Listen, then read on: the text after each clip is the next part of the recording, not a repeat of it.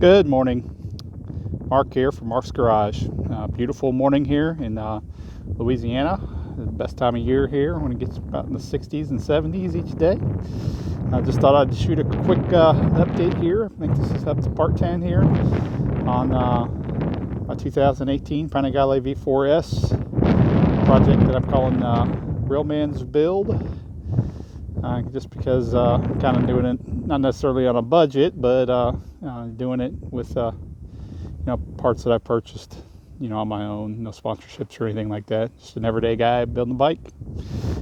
Just the update I wanted to do today. This will be a real short video. Short video for an awful lot of work. One thing I decided to do was to remove the heat shielding from both sides of the rear bank of cylinders on the bike. Covered up in the fact that some black plastic. It looks, just very cheesy. It makes the subframe blend in. I think that was the idea they were going for, but it just looks real cheesy. They're covering up some beautiful magnesium valve train covers, and the engine in itself. Motorcycles are mechanical. They should show the engine off, and removing these covers really accentuates that. You'll see here on the right side.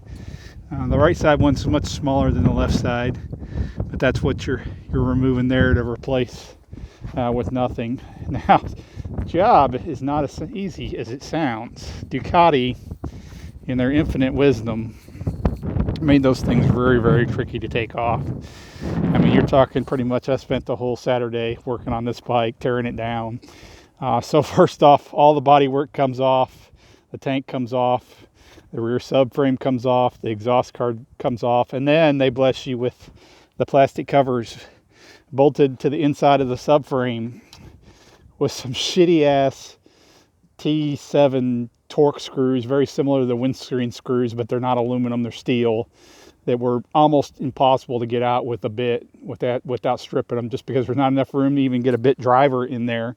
So what I ended up doing was having to notch every single one of those screws on both sides with a dremel, and using a stubby flat blade screwdriver, I was able to get them out of there pretty easily without any problem to damaging the subframe. So this is what the left side looks like. You're left there with that awesome looking rear bank of cylinders with the magnesium case card.